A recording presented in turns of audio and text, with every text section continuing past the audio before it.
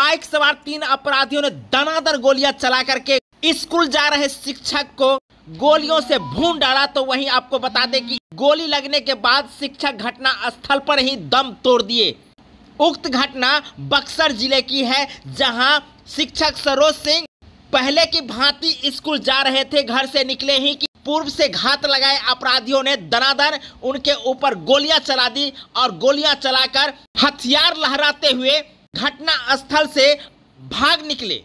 तो वहीं बता दें कि इस घटना को लेकर के ग्रामीणों में काफी आक्रोश देखने को मिला। तो वहीं आपको बता दें कि जब पुलिस घटना स्थल पर पहुंची तो पुलिस को भी ग्रामीणों का काफी आक्रोश झेलना पड़ा है।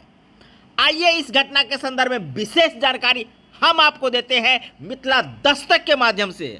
घटना मंगलवार की सुबह मुफस्सिल थाना क्षेत्र के जगदीशपुर गांव के पास की है। शिक्षक सरोज कुमार सिंह 40 वर्ष रोजाना की तरह ही सुबह पढ़ाने के लिए घर से भटवालिया गांव के लिए निकले हुए थे। उसी वक्त दरवाजे से कुछ दूरी पर अपाची बाइक पर सवार 3 की संख्या में पहुंचे अपराधियों ने निशाना बनाते हुए दनादन गोलियां बरसा दी। गोलियां लगने के बाद ही मौके पर ही शिक्षक दम तोड़ दिए। तो वहीं आपको बता दें कि अपराधी वहां से हथियार लहराते हुए भाग निकले। बताया जा रहा है कि मामला 6 बीघा जमीन से जुड़ा हुआ है। इसको लेकर 2019 में अधिवक्ता चितरंजन सिंह को भी गोली मार दी गई थी। इस घटना के बाद ग्रामीणों ने पुलिस की कार्यशैली पर भी सवाल उठाते हुए काफी विरोध किए। तो वहीं आपको बता दें कि एसपी नीरज कुमार सिंह ने कहा कि मामले की जांच की जा रही है। परिजनों को जब तक हथियार का लाइसेंस उपलब्ध नहीं करा दिया जाता है तब तक सुरक्षा में घर पर गार्ड की तैनाती रहेगी।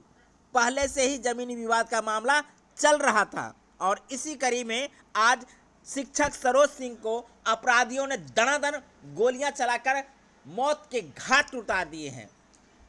पता नहीं बिहार में किस प्रकार की आपराधिक घटनाएं चल रही है, आए दिन गोलियों से भून दी जाती है। तो वहीं आपको बता दें कि जिस प्रकार की घटना बक्सर में घटी है और इस प्रकार के घटना से बिहार फिर से दहल उठ रहा है, जहां अपराधियों का बोलबाला दिख रहा है। तो वहीं आपको बता दें कि अपराधी बेखौफ होकर शिक्षक सरोज सिंह को स्कूल जाने के क्रम में गोलियां दनादन दाग दी।